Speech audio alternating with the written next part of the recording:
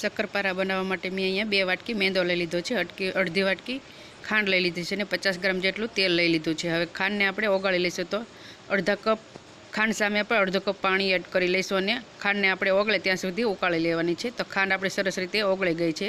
તો હવે લોટ બાંધી લઈએ। તો લોટ આપણે કથરટમાં એડ કરી લઈએ અને એમાં મોણ દઈ દઈએ। તો સરસ રીતે મિક્સ કરીને આપણે એનો કઠણ લોટ બાંધીને તૈયાર કરી લેવાનો છે। તો ખાંડવાળું પાણી એડ કરીને આપણે કઠણ લોટ બાંધીને તૈયાર કરી લઈશું। અહીંયા આપણે કઠણ ભાખરી જેવો લોટ બાંધીને તૈયાર કરી લીધો છે। તો એક લુવો લઈ લઈશું અને એને આપણે જાડી રાખવાની છે, ભાખરીની જેમ વણી લઈશું અને ચારે બાજુથી આપણે કટ કરીને એને ચોરસ શેપ આપીને એના ટુકડા કરી લઈશું। તો અહીંયા તમને જે રીતના શક્કરપારા પસંદ હોય એ રીતે કાપા પાડી લેવાના અને તળી લઈશું આપણે। તો તળવા માટે આપણે તેલ ગરમ કરવા મૂકી દીધું છે। તો તેલ આપણું ગરમ થઈ ગયું છે। તો એમાં શક્કરપારાને આપણે એડ કરી લઈશું।